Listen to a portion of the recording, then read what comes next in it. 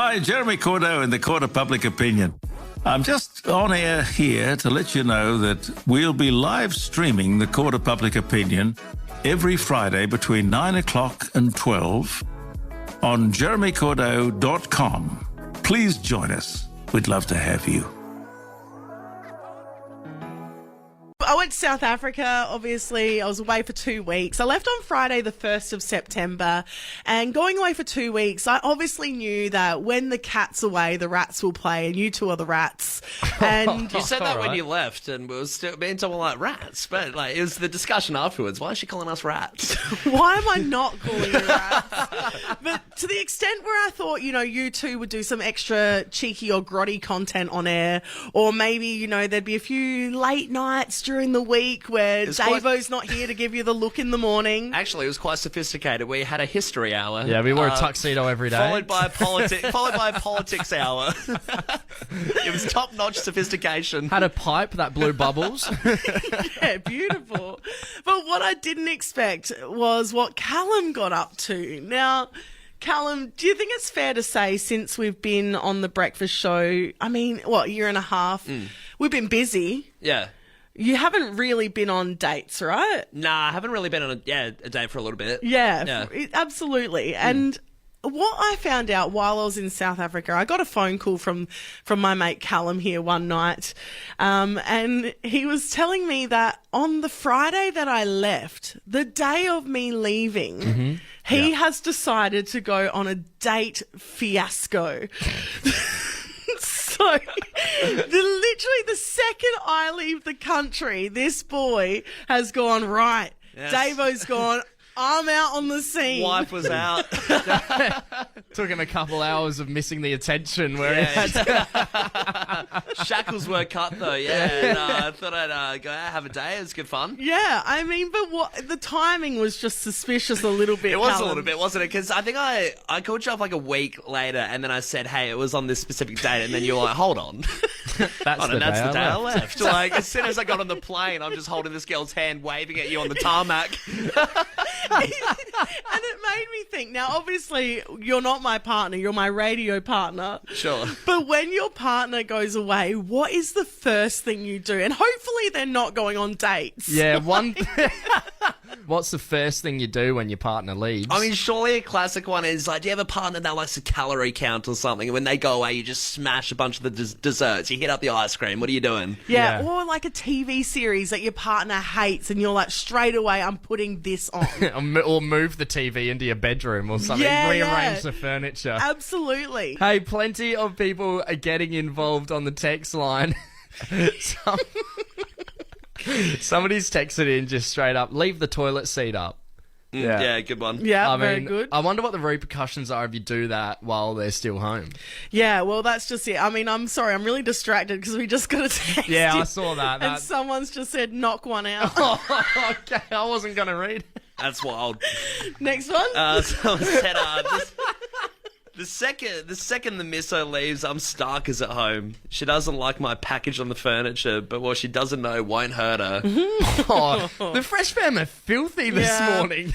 This one here says, head straight to my garage where I hide my stash in the ceiling. 20 years and she doesn't have a clue. I'm sure. Dirty magazines, maybe? Yeah, I reckon.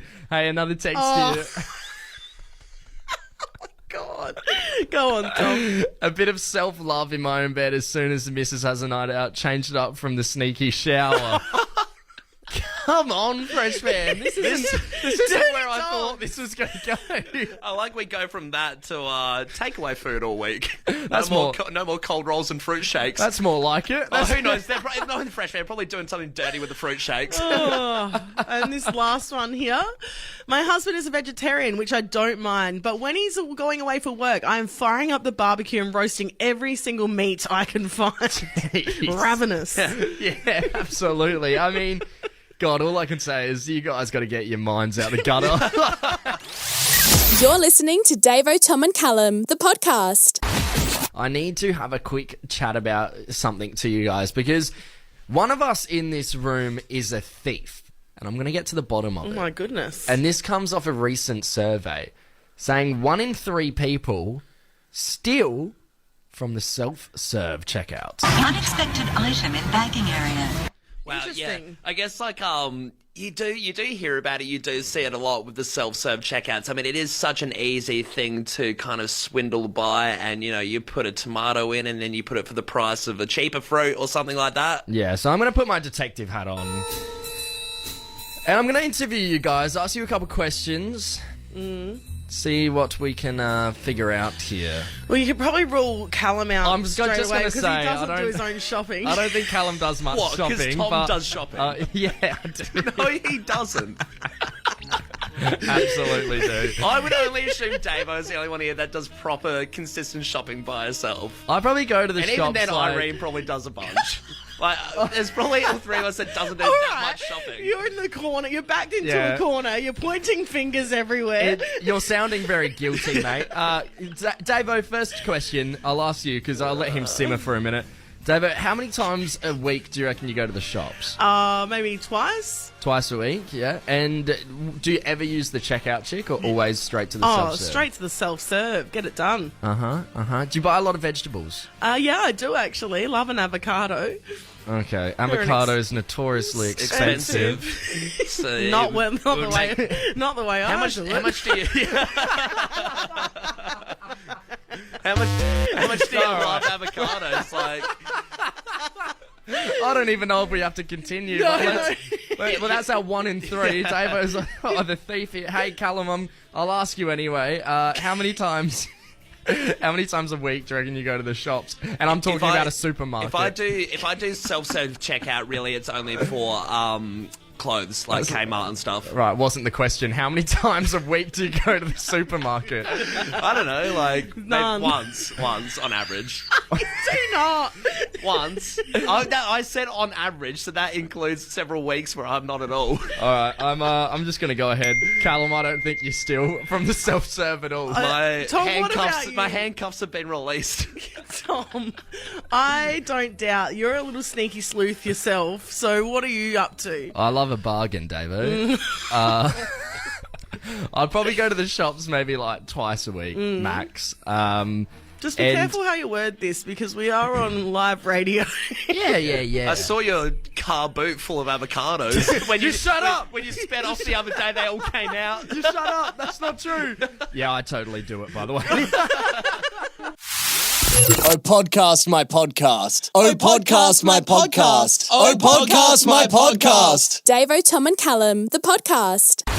So obviously I've just been over in South Africa and it was fantastic. I did a little bit of venturing on my own, but then of course I caught up with some family as well. And while catching up with the family, we started talking about their adventures, their lives, what they're up to. And my cousin James, he's an English teacher in a rural area. Yeah. And they don't have a huge budget for rewards or anything like that, but he's figured out a pretty unique way to reward the kids when they're well behaved.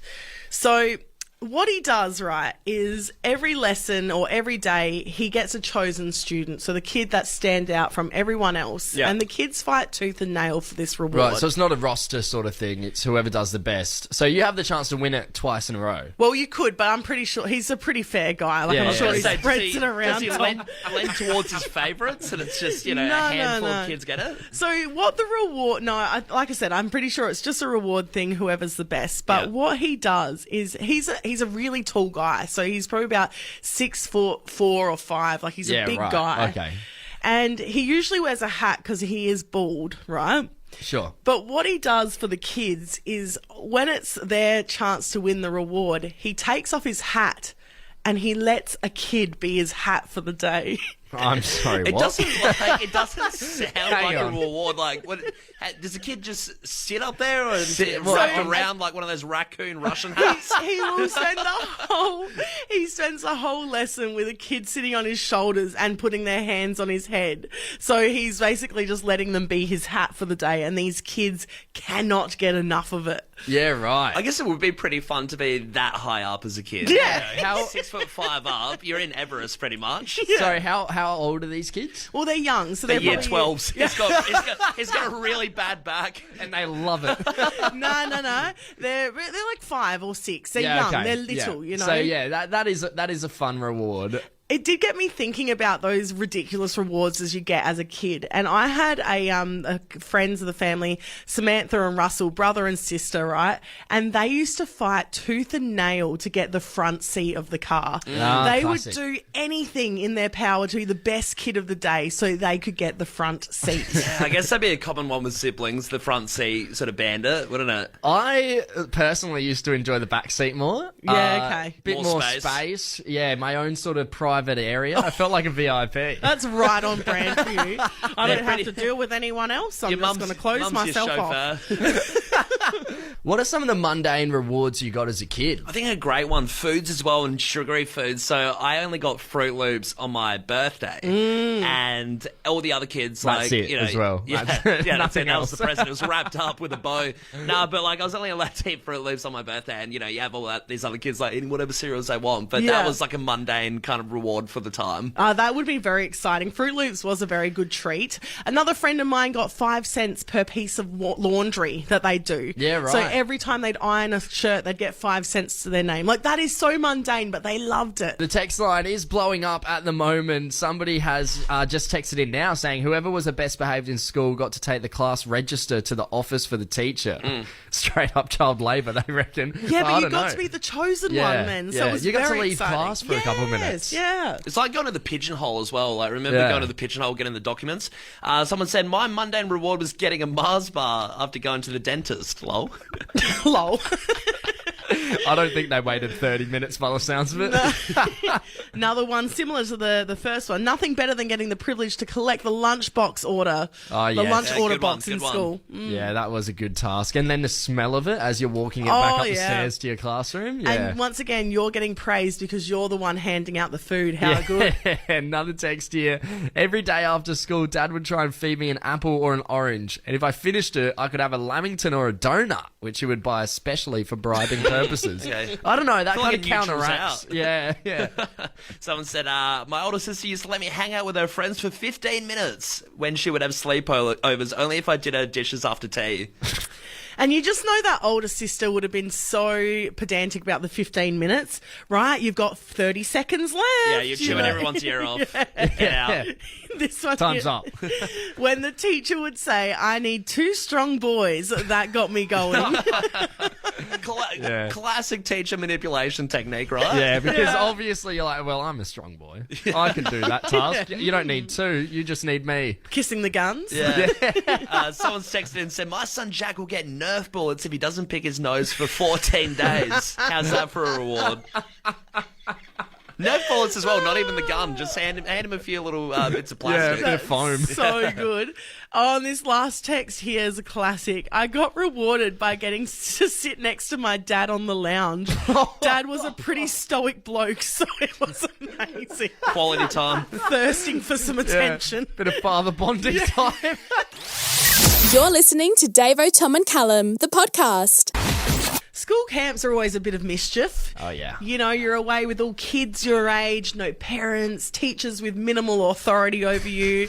And, you know, we've all been there and remember how it goes. Well, 20 kids from the affluent Scotch college got into a bit of strife down in Victor Harbour on camp when they decided to break free from the shackles of their 5-star accommodation.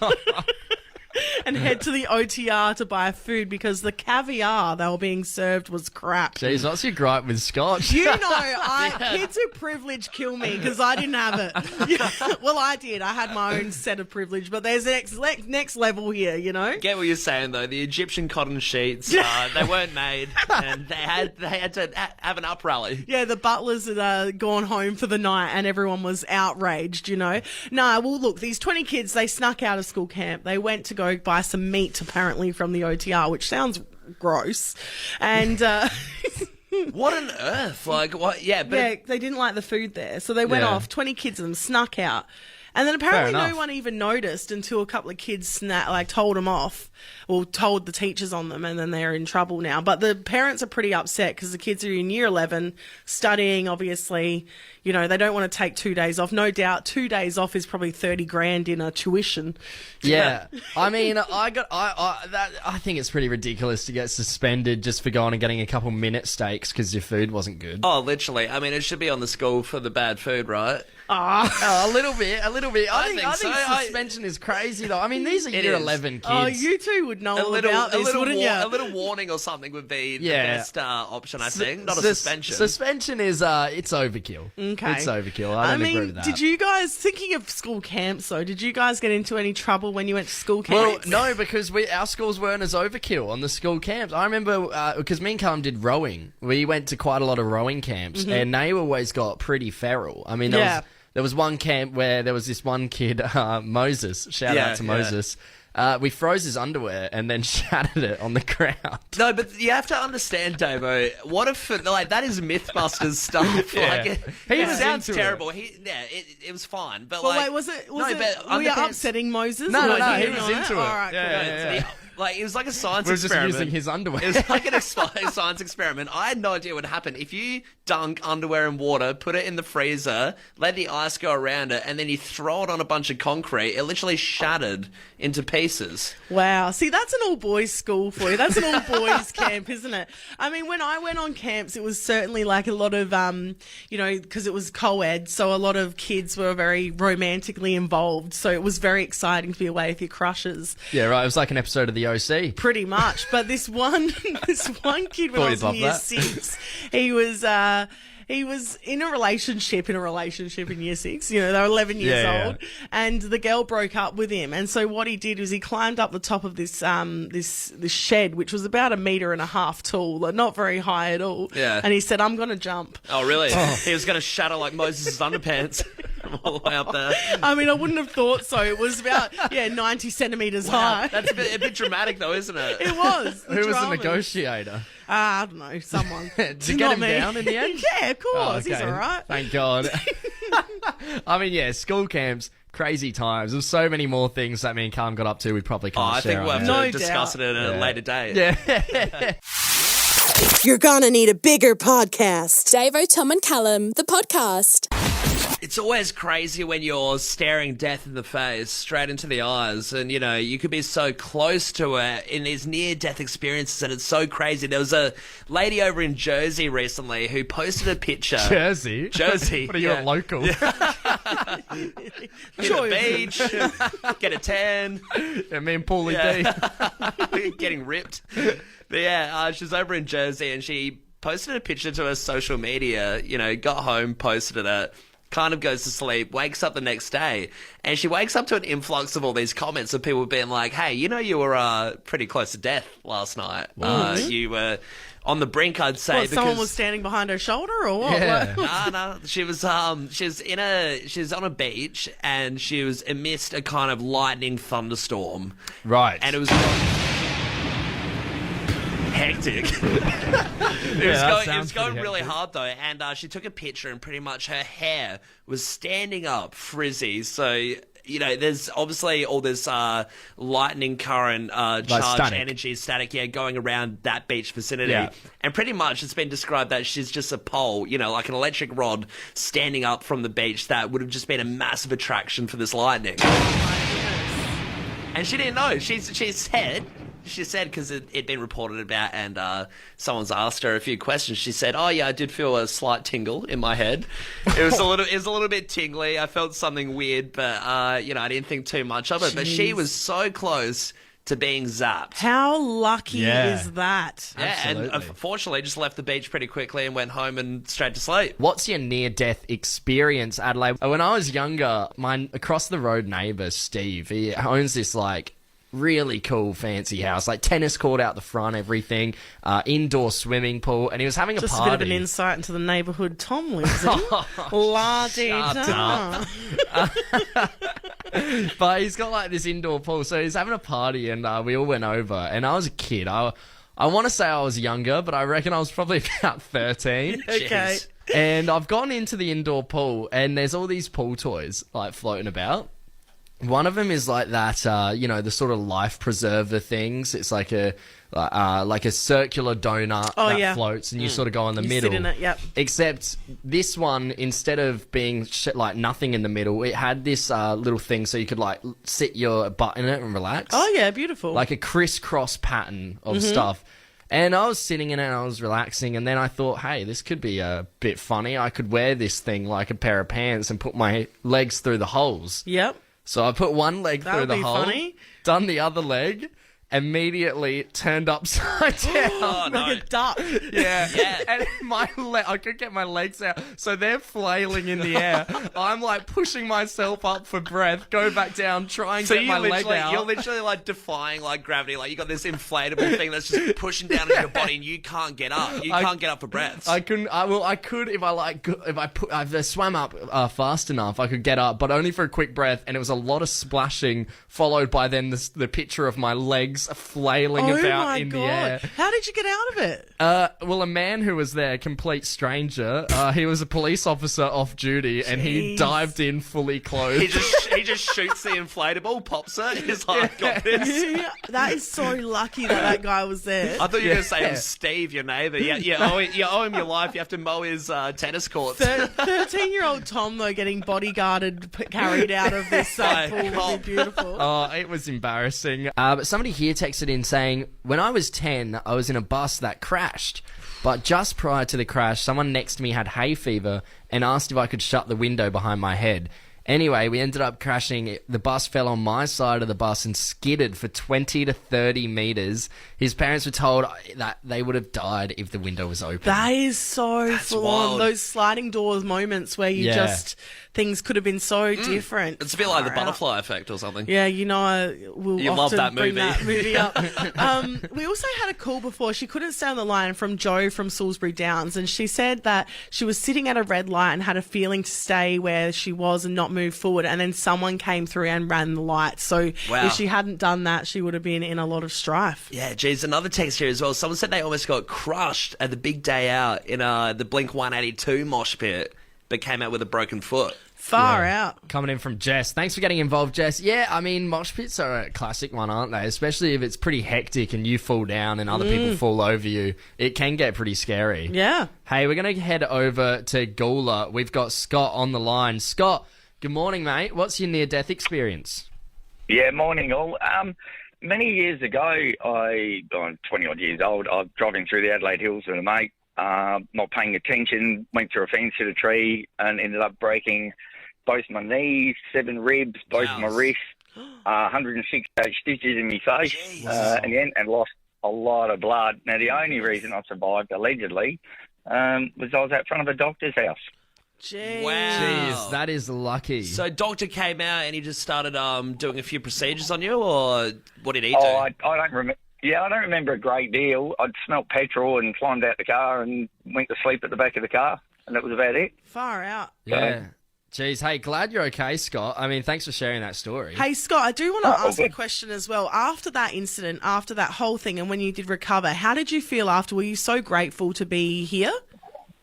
Oh, yeah, a different view on life. Since then, I've had cancer and a few other things, so your perspective on life changes dramatically. The lady in the car, funny enough, next to me, if I was a foot further to the left, I would have nailed him to the front seat with a fence post. Far out. Well, good stuff. Yeah, You're so he all right, was Scott. lucky. Jeez. Hey, thanks for getting all involved, good. Scott. Appreciate it, mate. You're good. Cheers. Have a Sorry, we cut you off there, Scott. What was that? Come back. I was just saying, it's just like being at home. No, have a great day. Oh, Scott, bless you.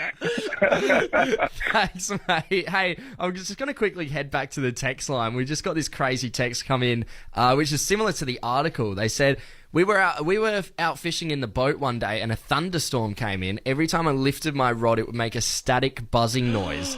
Had to go straight in after that. How scary would that be? So That's just like that scary. impending doom of knowing that the charge is around and you Yeah. know it could come for you. Yeah. Hey, let's cross over to West Lakes. We've got Georgia on the line. Georgia, good morning. How are you?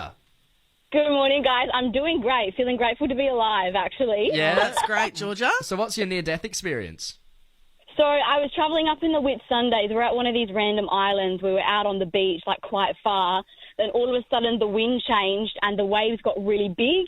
And I'm quite small, so I couldn't reach the ground anymore, got caught in a rip and was being, like, taken further away off the shore from my friends. Jeez. And one of the guys we were travelling with, he had to, like, come in the water and save me, essentially, because these waves were, like, double my height, Oh just, my like, goodness. crashing over me. I was freaking out, like, I couldn't breathe, and I'm like, this is it, I'm done. And so he saves me, takes me over to the rocks, which are like really sharp, probably not the best place to be either.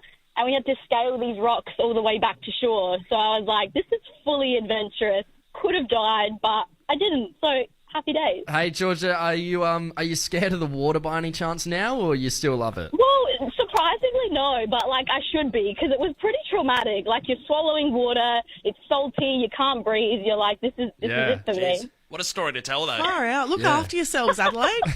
Hi, Jeremy Cordeaux in the Court of Public Opinion. I'm just on air here to let you know that we'll be live streaming the Court of Public Opinion every Friday between 9 o'clock and 12 on jeremycordeaux.com. Please join us. We'd love to have you.